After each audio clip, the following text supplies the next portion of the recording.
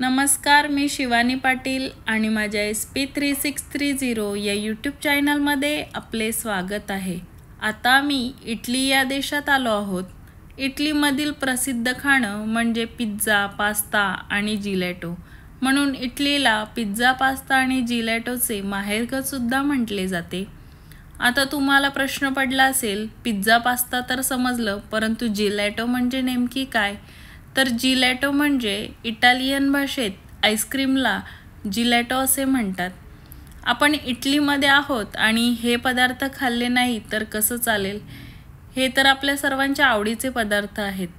चला तर हे पदार्थ आपण खाणारच आहोत, परंतु सर्वात आधी आपण इटलीमधील पाण्यावर तरंगणारे जगातील सुंदर अशा वेनिस शहराला भेट देण्यासाठी आलो आहोत. हे शहर कालव्यांचे शहर, तरंगते शहर आणि सेरेनिमा म्हणून ओळखले जाणारे वेनिस शहर हे इटलीच्या सर्वात नयनरम्य शहरांपैकी एक आहे. आता आपण वेनिसमधील सेंट मार्क स्क्वेअर या ठिकाणी आहोत. हा वेनिस शहराचा मुख्य चौक आहे, कारण या चौकात वेनिसमधील सर्वात महत्त्वाच्या इमारती आहेत. गॉथिक राजवाडे, मध्यवर्ती चौक, पियाझा सॅन मार्कोमध्ये सेंट मार्क बॅसिलिकासुद्धा आहे. सॅन मार्को बेल टॉवर किंवा कॅमोनाईल हा 12व्या शतकात बांधला होता आणि 1902मध्ये हा टॉवर कोसळला. टॉवरची पुनर्बांधणी मागील जुन्या टॉवरप्रमाणेच करण्यात आली आणि हा टॉवर 98.6 मीटर उंच आहे, ज्यामुळे तो इटलीमधील 5व्या क्रमांकाचा सर्वात उंच बेल टॉवर बनला आहे. त्याचप्रमाणे वेनिस शहराच्या अनोख्या मांडणीचा अर्थ असा आहे की येथे कार, सायकली नसून येथे फक्त बोट प्रवास आणि आपल्या स्वतःचे 2 पाय या शहराच्या रस्त्यावरून चालत फिरणे हे या वेनिस शहराच्या आकर्षणाचा एक मुख्य भाग आहे. त्याचप्रमाणे वेनिस आणखी एका गोष्टीसाठी सुद्धा प्रसिद्ध आहे, ते म्हणजे गोंडोला राईड. आता आम्ही या गोंडोला राईडमध्ये बसलो आहोत आणि गोंडोला राईडचा आनंद घेणार आहोत. बॉलिवूडमधील द ग्रेट ग्लॅमर या चित्रपटातील दो लफ्जों की है ये दिल की कहानी या गाण्याची अमिताभ बच्चन आणि जीनत अमानची शूटिंगसुद्धा या गोंडोलामध्येच झाली आहे. आणि ही गोंडोला आपल्याला वेनिस शहराच्या प्रत्येक छोट्या छोट्या गल्ल्यांमधून घेऊन जात आहे, ज्यामुळे आपल्याला वेनिस शहराची संपूर्ण ऐतिहासिक राजवाडे आणि पूल पाहायला मिळतात. तसेच पूर्णपणे वर्णनसुद्धा करायला सोपे होते. या शहरात इतक्या छोट्या छोट्या गल्ल्या आहेत की त्यावरील ब्रिज पाहून लक्षात आलंच असेल की इथे फक्त बोट प्रवास हा एकच वाहतूक साधनेचा प्रकार आहे. कारण आपल्याला इथे फिरायचं असेल तर वॉटर बस, वॉटर टॅक्सी किंवा आपण पायी फिरू शकतो. या शहरात सगळेच लोक बोट प्रवासच करतात, नाहीतर पायी फिरतात, कारण या शहरात बाईक किंवा सायकलही पाहायला मिळणार नाही. येथील पोलीस, ॲम्ब्युलन्स हे बोट प्रवासच करतात. तसेच सफाई कर्मचारी कचरा गोळा करण्यासाठी सुद्धा बोटच फिरते, कारण या शहरात रस्ताच नसल्यामुळे येथे कोणत्याही बोट प्रवास व्यतिरिक्त वाहन नाहीत. आणि इथे सांगायचं झालं तर वाईट गोष्ट अशी आहे की इथे येण्यापूर्वी जर तुम्ही सोशल मीडियावर एडिटेड फोटो, रील्स किंवा व्हिडिओ पाहून येत असाल तर तुमचा हा भ्रम पूर्णपणे निराश होऊ शकतो. कारण एडिटेड फोटो आणि व्हिडिओमधील इतकी सुंदर रंगे इथे कोणत्याही ठिकाणी पाहायला मिळत नाही. आणि गोंडोलामधील वेनिस सिटी पाहताना माझा अनुभव सांगण्याचा झाला तर चित्रपटामध्ये जे दृश्य पाहिलेलं ते खूप सुंदर दिसत होतं, परंतु इथे आल्यानंतर येथील कनाल्सला इतका घाणवास येत होता की परत वेनिसला जायची माझी तर इच्छा उडाली. आणि दुसरी गोष्ट सांगायची झाली तर तुम्हालाही प्रश्न पडला असेल की वेनिसमध्ये जास्त किंमत आहे का? तर काही बाबतीत नक्कीच, पण इतर बाबतीत नाहीत. वाईट बातमी अशी आहे की हॉटेल्स आणि रेस्टॉरंट या छोट्या शहरात प्रीमियम दरात व्हेनिसबद्दल काही तथ्येसुद्धा आहेत, कदाचित ती तुम्हाला माहीतसुद्धा नसतील. मुख्य म्हणजे व्हेनिस त्याच्या पुलांसाठी ओळखले जाते आणि व्हेनिसमध्ये 417 पूल आहेत. तसेच व्हेनिसमध्ये घरांना रस्त्यानुसार क्रमांक नसून जिल्ह्यानुसार क्रमांक आहेत, त्यामुळे येथील पत्ते शोधणे खूप कठीण होते. अगदी पोस्टमनसाठी सुद्धा पत्ते शोधणे कठीण होते, कारण जवळच्या ठिकाणावरील स्मारक किंवा दुकाने ही येथील महत्त्वाची खूण शोधायचा नियम आहे.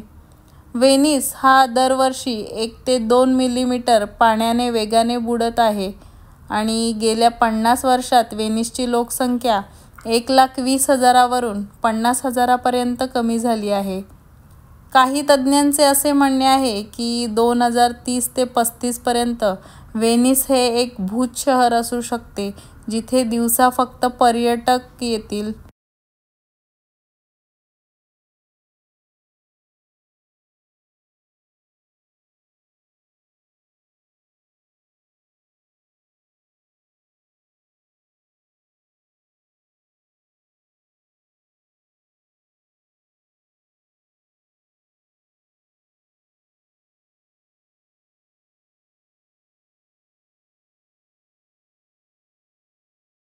गोंडोलाचा कालव्यांसह आमचा 30 मिनिटांचा दौरा करून आम्ही आता क्रूझने व्हेनिस शहराची पूर्ण पाहणी करणार आहोत.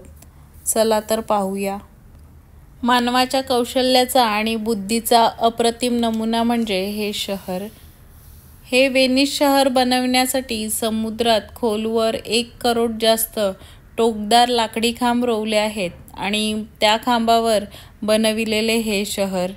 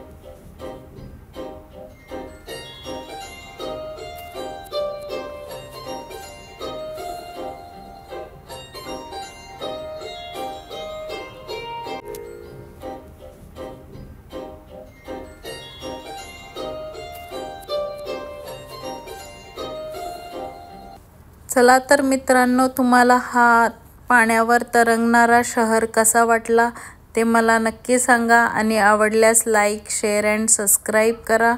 थँक्यू. Bye bye.